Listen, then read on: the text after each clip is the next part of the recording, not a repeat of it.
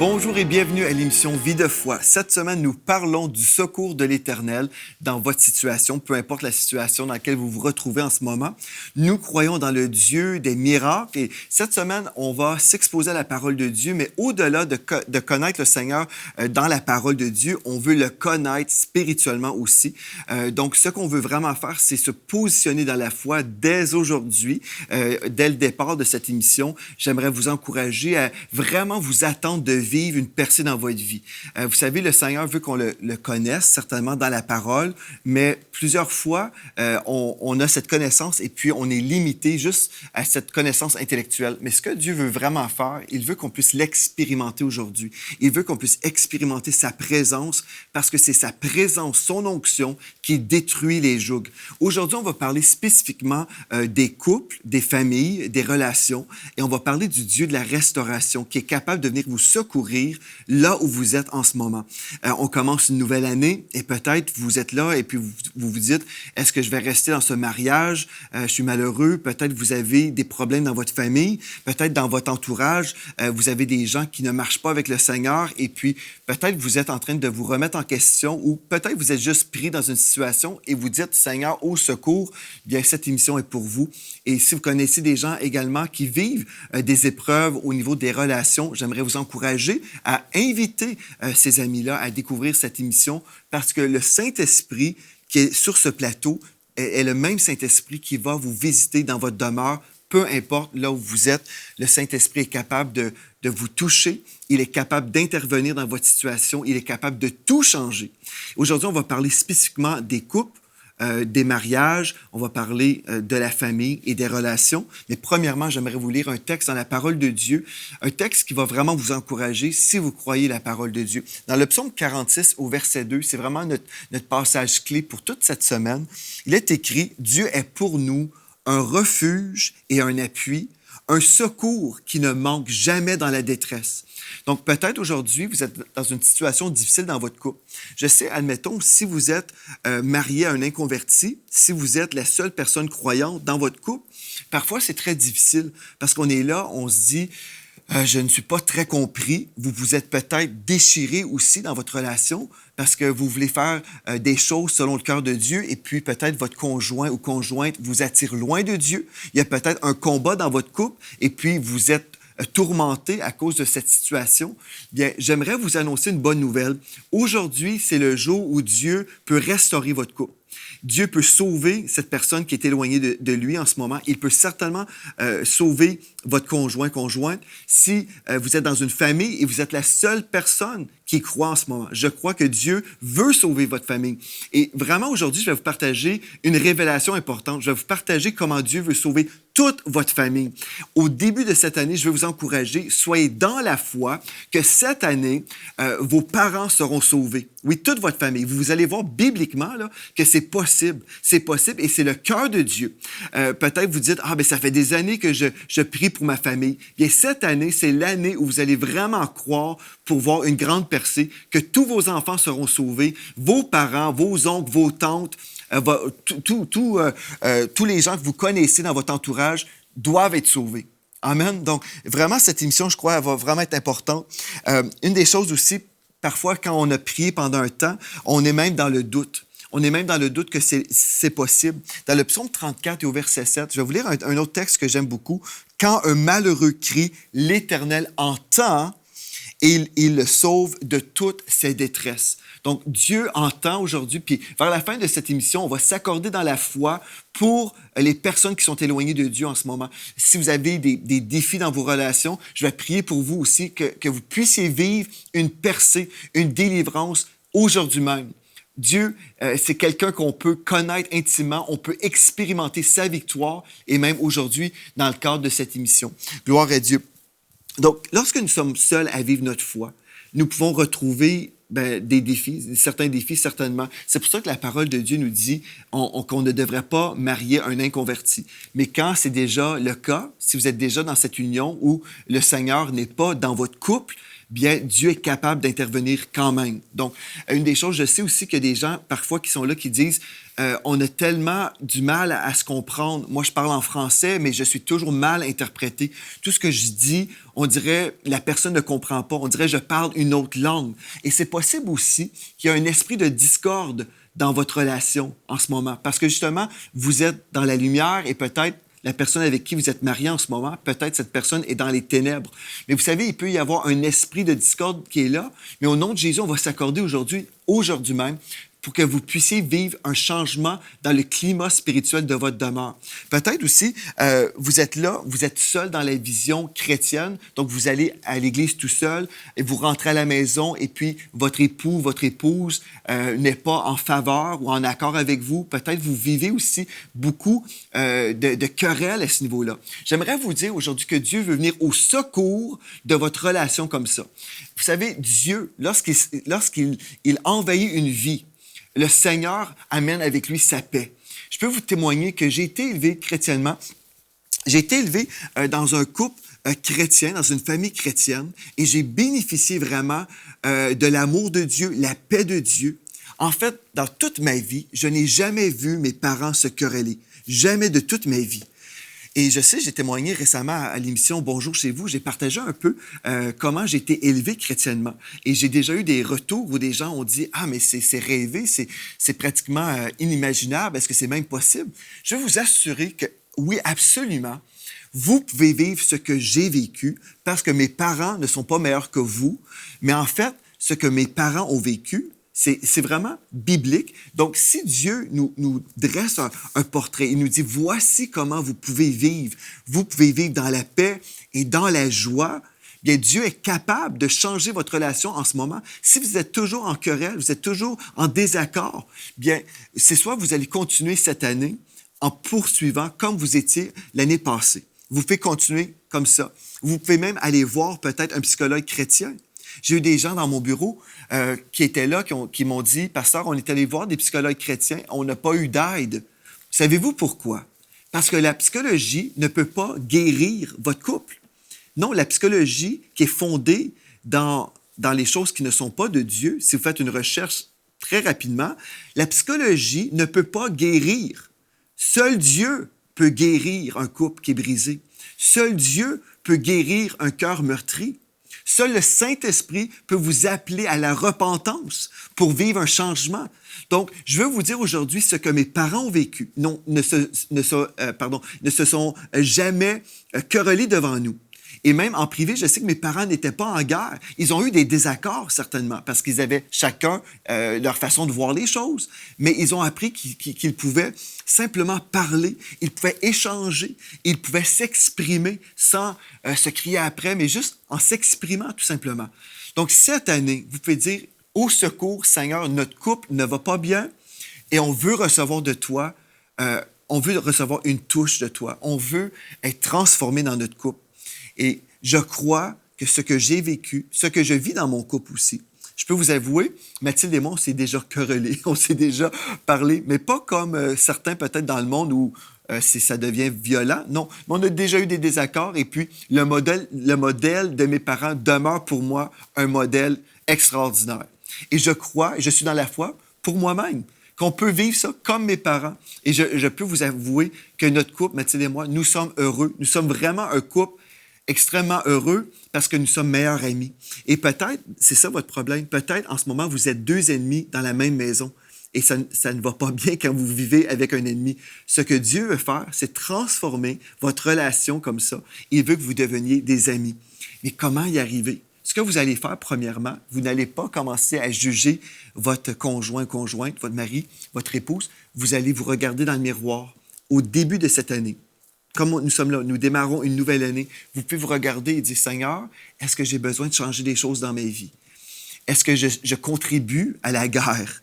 Et vous pouvez arrêter maintenant et dire, Seigneur, je te demande pardon, pardonne-moi, Seigneur Dieu. Et au lieu de peut-être répondre, je vais peut-être me taire et je vais peut-être prier dans mon cœur pour ne pas alimenter des feux, pour ne pas contribuer à une guerre, parce que vous ne voulez pas vivre dans la guerre, vous voulez vivre dans la paix de Dieu et cette paix est disponible. Gloire à Dieu. Donc, premièrement, ce qu'on veut faire, c'est entendre le cœur de Dieu qui nous entend. On va parler au Seigneur et dire, Seigneur, je veux te demander pardon. Donc, on va se repentir auprès de Dieu, mais après aussi, ce qu'on peut faire, c'est aller auprès de notre amour et dire, excuse ma chérie ou mon chéri, et vous dire, je te demande pardon. Je te demande pardon pour toutes les fois où je t'ai manqué de respect, toutes les fois que je t'ai adressé la parole d'une mauvaise façon. Je veux te demander pardon. Si vous êtes prêt à vous humilier, je crois que Dieu est capable de sauver votre mariage. Dieu est capable d'intervenir lorsqu'il y a de la repentance et le pardon aussi. Si vous êtes prêt à pardonner votre époux ou votre épouse, nous croyons dans le Dieu qui est capable d'intervenir. Il peut vous secourir, mais êtes-vous prêt à marcher sur votre orgueil? Si vous êtes prêt aussi à recevoir un miracle dans votre demeure. Et peut-être, si vous dites, bien, nous, ça va bien dans notre couple, mais c'est au niveau de nos enfants. Nos enfants s'éloignent de Dieu en ce moment. On dirait qu'ils sont attirés vers les choses du monde. Bien, vous pouvez prier pour vos enfants et voir un changement aussi. Je peux témoigner et je me réjouis de cette vérité. Mes enfants ne sont pas attirés par les choses du monde. Savez-vous pourquoi? Parce qu'ils ont goûté à la présence de Dieu. Ils ne veulent pas aller dans le monde parce qu'ils savent que Dieu est supérieur au diable. Ils savent que tout ce que le diable peut offrir, c'est juste une illusion. Mais ils ont vraiment goûté, ils ont vu que Dieu est bon. Est-ce que vos enfants ont goûté à la bonté de Dieu? Est-ce que vous êtes stable dans les voies de Dieu? Êtes-vous un modèle pour vos enfants pour qu'ils puissent s'inspirer de votre vie pour servir le Seigneur? Si ce n'est pas le cas, aujourd'hui, Dieu vient au secours de votre vie pour vous transformer, pour vous changer, pour changer vos enfants, pour changer votre famille. Et j'aimerais vous dire certainement, dans Ésaïe 59 et au premier verset, il est écrit « Non, la main de l'Éternel n'est pas trop courte pour sauver, ni son oreille trop dure pour entendre. » Dieu est capable, et non seulement Dieu est capable, mais il veut intervenir dans votre vie. Il veut mettre sa main sur vos enfants et les transformer. Et vous savez, une chose importante, c'est que le mariage chrétien devait ou devrait vraiment avoir la marque ou le sceau de Dieu. Et ce sceau-là, c'est la paix et la joie. Et dans Colossiens 3,15, on l'a déjà vu dans la dernière émission, mais la Bible nous dit que la paix de Christ règne dans vos cœurs. Que la paix de Christ règne dans vos cœurs. Si la paix de Christ règne dans mon cœur, bien la paix de Christ va régner aussi dans mon mariage et dans ma famille. Dieu veut venir au secours de votre famille aujourd'hui même. Et vous savez, une des choses, pour y arriver, là, c'est simple. Vous avez besoin de faire une chose, vous décidez. Vous avez besoin de prendre une décision, tout comme Josué a pris une décision. Et aujourd'hui, là, écoutez bien, je vais vous partager une révélation qui va changer votre vie, qui va changer toute votre parenté, si vous croyez au nom de Jésus. Dans Josué 24 et au verset 15, Josué a dit, écoutez bien ceci, « Moi et ma maison, nous servirons l'Éternel. » Il a pris une décision. Moi, pas simplement moi, mais dans Josué 24, 15, « Moi et ma maison, nous servirons l'Éternel. » Il a pris une décision. Josué s'est décidé pour Dieu. Et non seulement il a décidé qu'il était pour personnellement servir le Seigneur, mais il a dit « Et ma maison. » Vous allez dire, est-ce qu'on a cette autorité?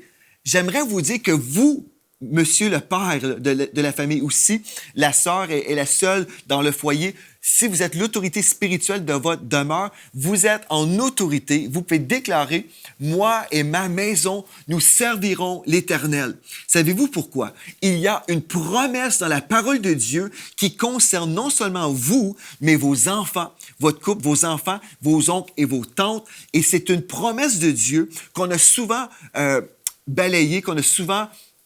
on n'a pas cru cette promesse. Et je vais vous lire la promesse de Dieu. Et si vous êtes prêts au tout début de l'année, vous êtes prêts à relâcher votre foi et dire, je vais croire cette promesse-là parce que c'est écrit dans la parole de Dieu et je ne laisserai aucune parole de doute me voler cette parole. Je crois que toute ma famille sera sauvée. Si les enfants de Dieu croyaient vraiment cette parole, je crois qu'on verrait vraiment une grande récolte d'âmes dans l'Église. Ah oui, il y a une récolte d'âmes cette année pour nous. Cette année, j'aimerais vous le dire.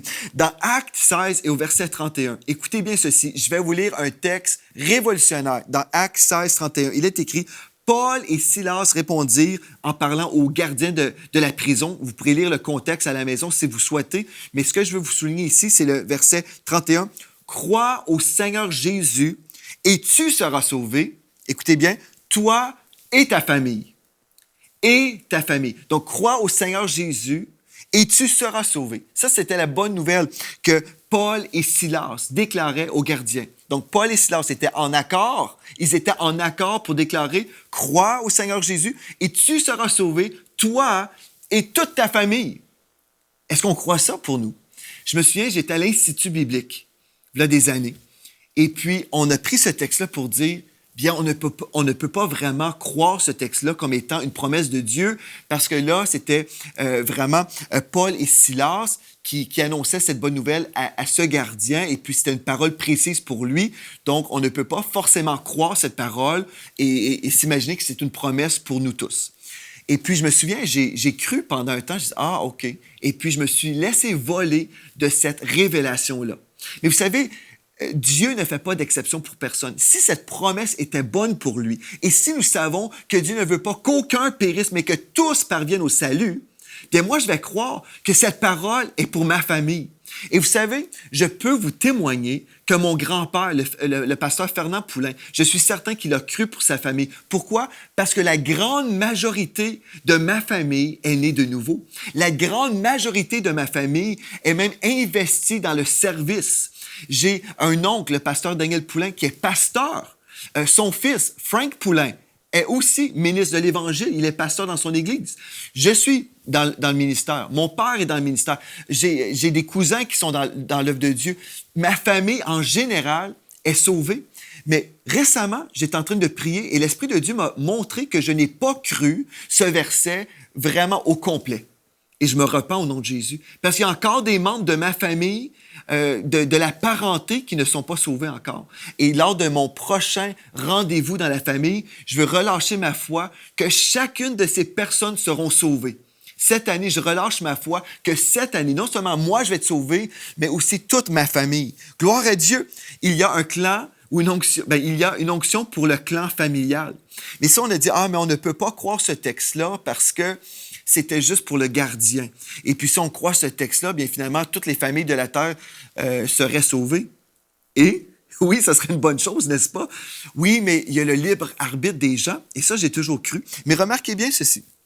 Crois au Seigneur Jésus et tu seras sauvé, toi et ta famille. C'est évident, si la famille croit, eux aussi, tous les membres de la famille seront sauvés s'ils croient aussi, comme le gardien a cru. Mais là, vous dites, oui, mais comment faire en sorte qu'ils vont croire? Ah! Bien, on doit annoncer l'Évangile, c'est sûr et certain, mais on doit aussi prier pour nos familles. Frères et sœurs, si vous êtes dans un besoin dans votre famille, dans votre couple, si c'est la guerre qui est là, si dans votre famille, vos enfants s'éloignent de Dieu, vous pouvez faire comme Josué et dire, non, moi et ma famille, nous servirons le Seigneur. Ce que vous allez faire, vous allez prier et intercéder pour les gens qui sont éloignés de Dieu en ce moment. Vous allez prier et intercéder pour les perdus qui sont dans votre famille. Écoutez bien ceci. Si on prie tous là, sérieusement pour notre propre famille, si tous les enfants de Dieu, tous les chrétiens priaient pour leur famille, bien les églises grandiraient d'un seul coup.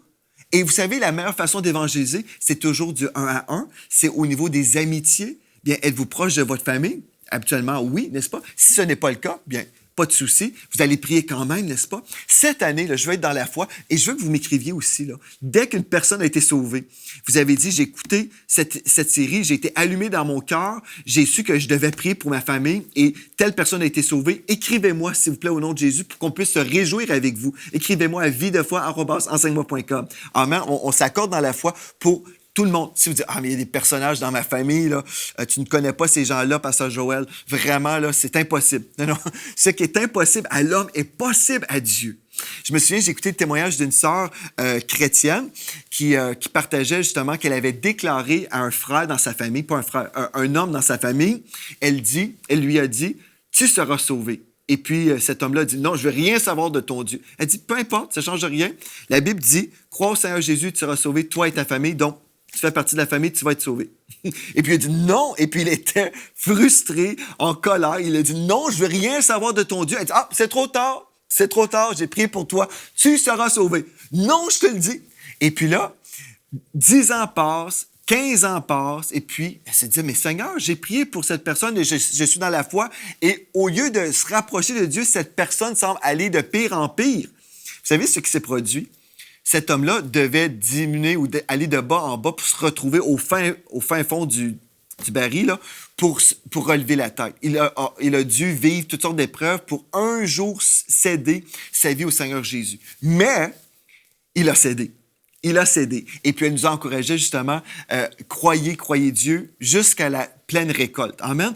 Donc, il ne faut pas abandonner nos bien-aimés dans le doute. Il ne faut pas les abandonner et dire, ah bien, telle personne est comme ceci ou comme cela. Savez-vous ce que vous avez besoin de faire?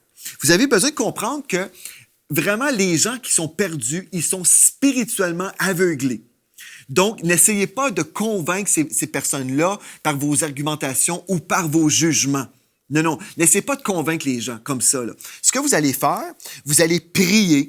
Selon 2 Corinthiens 4.4, la Bible nous dit « Le Dieu de ce monde a aveuglé leur esprit », en parlant des incrédules, là, OK, et les empêche aussi de voir. Donc, ces gens-là sont spirituellement aveuglés. Ils ne peuvent pas voir la beauté de l'Évangile. Ils ne peuvent pas voir cet Évangile dans la gloire. Donc, ce que vous avez besoin de faire, vous avez besoin de dire « OK, telle personne dans ma famille, on va l'appeler Maryse. OK, Maryse est éloignée de Dieu. Bien, au nom de Jésus, je commande aux esprits d'aveuglement sur la vie de Maryse, je commande à ces esprits de quitter sa vie maintenant au nom de Jésus. Et là, vous déclarez que le Saint-Esprit la visite et elle reçoit la révélation, elle peut voir. Vous liez les esprits, vous les chassez au nom de Jésus, et là, vous commencez à relâcher votre foi et vous appelez la conviction du Saint-Esprit qui vient sur cette personne-là. Vous savez, si vous êtes dans la foi et si vous priez, savez-vous ce qui va se produire? Maryse va avoir des songes la nuit. Elle va rêver. Le Saint-Esprit va lui parler. Les paroles de foi que vous aurez semées dans son cœur, bien, elle va penser constamment à ces paroles-là. Elle va être littéralement harcelée par le Saint-Esprit. Elle va venir sous la conviction de Dieu et elle va s'abandonner un jour. Amen. Est-ce qu'on peut être dans la foi pour nos familles? Est-ce que Dieu peut venir au secours de nos familles? Oui, la réponse est oui, mais on doit prier. Écoutez bien ceci, je vais vous dire. J'ai lu un témoignage d'un missionnaire, Monsieur Davidson, qui était aux Indes, et puis il a dit une chose très importante que j'aimerais vous lire. Voici son témoignage. Il a dit, lorsqu'il évangélisait, « Le plus grand obstacle auquel un hindou doit faire face en acceptant le Christ est qu'il sera chassé par sa famille et qu'il les perdra. » Ça, c'est la plus grande crainte que ces gens-là ont en Inde. Mais quand nous lui présentons la promesse de Dieu pour sa famille, c'est alors qu'il est fortement encouragé. Quand nous lui disons, écoute, ce salut, ce n'est pas simplement pour toi, mais c'est pour toi et ta famille, bien là, savez-vous ce qui se produit? Ce monsieur hindou cède sa vie parce qu'il se dit, ah, c'est pas juste pour moi, toute ma famille sera sauvée. Est-ce qu'on peut croire ça? J'aimerais vous dire oui. Et il y a vraiment un pattern dans la parole de Dieu. Rahab, dans la Bible, il est écrit, son père, sa mère, ses frères et tous les siens fut sauvé. Vous connaissez l'histoire de Rahab. Lorsque le peuple de Dieu envahissait Jéricho, Rahab n'a pas été tuée, mais elle a été sauvée. Nous savons qu'il y avait ce foulard rouge, ce cordon rouge qui représente le sang de Christ. Elle a exercé sa foi en obéissance à la parole des espions. Elle a mis ce cordon-là en bas de sa fenêtre. Et puis, finalement, ce qui s'est produit, elle a été épargnée, elle a été sauvée, mais pas juste elle. Tous ceux qui étaient dans sa maison ont été sauvés. C'est une chose qu'on devrait remarquer. Aussi, on peut comprendre aussi le peuple d'Israël avait une provision lorsque le peuple d'Israël devait sortir de l'Égypte. Vous savez, ce jour miraculeux de la Pâque, lorsqu'ils ont été délivrés de l'esclavage. Savez-vous ce que Dieu a dit à Moïse? Écoutez bien, parlez à toute l'assemblée d'Israël et dites, le 10e jour de ce mois, on prendra un agneau pour chaque famille, un agneau pour chaque maison. Pourquoi? Parce que la provision du salut n'était pas simplement pour Moïse, pas simplement pour une personne par maison, mais pour toute la maison. Alléluia! Gloire à Dieu! Remarquez aussi l'officier du roi. Dans Jean 4, 46, nous lisons, l'officier du roi crut, lui et toute sa famille. Comme on étudie, on voit de plus en plus Corneille. Dans la Bible, dans Actes 11, 14, l'ange a dit à Corneille que Pierre lui communiquerait un message, « Tu seras sauvé, toi et toute ta maison. » Lydie, dans la Bible, a été baptisée, elle et toute sa famille. Gloire à Dieu, il y a tellement de choses que je pourrais vous partager aujourd'hui, mais je ne veux pas arrêter cette émission avant que je puisse premièrement prier pour vous. Est-ce que c'est possible de vivre un miracle? Maintenant, je vais prier pour vous, je vais m'accorder dans la foi. Êtes-vous prêts, frères et sœurs? On va se mettre dans la foi pour vivre le secours de l'Éternel. Père éternel, je veux prier pour mes frères et mes sœurs à la maison en ce moment. Tous ceux qui sont là, qui disent, « Oh Seigneur, je veux vivre ce miracle dans ma famille, je veux vivre un miracle dans mon couple, je veux vivre un miracle dans ma famille. » Au nom de Jésus maintenant, je m'accorde avec votre foi et je viens contre tout esprit d'incrédulité maintenant. Je les chasse maintenant. Au nom de Jésus. Et je prie maintenant. Je prie premièrement pour votre couple. Si vous êtes en guerre, j'appelle premièrement un cœur repentant. Je prie que vous puissiez vous repentir et que vous puissiez vous humilier, que vous puissiez avoir le courage de vous abaisser dans l'humilité pour voir un miracle dans votre couple. Donc, au nom de Jésus maintenant, je prie pour le miraculeux pour votre couple, la délivrance, la restauration de votre couple. Au nom de Jésus, alléluia, je prie pour vos enfants qui sont éloignés de Dieu en ce moment, ou vos proches, les gens dans votre famille, dans votre parenté.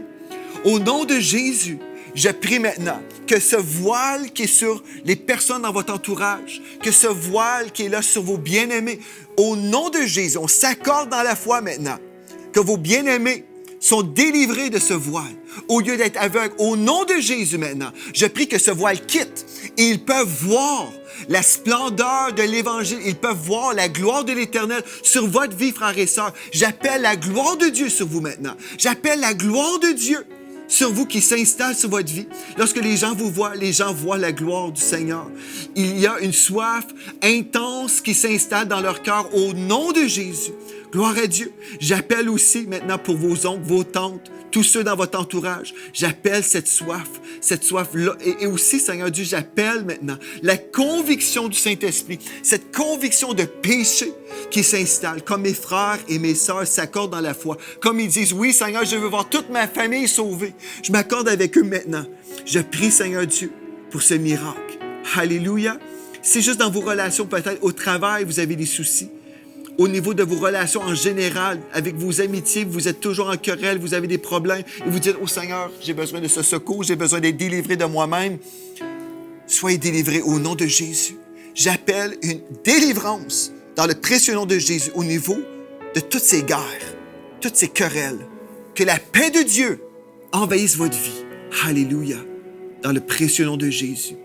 Alléluia. Gloire à Dieu. Écrivez-moi videfoi@enseigne-moi.com. Témoignez de ce que Dieu a fait dans votre vie. Et aussi, on veut vous annoncer le démarrage des groupes Maison Vie de Foi.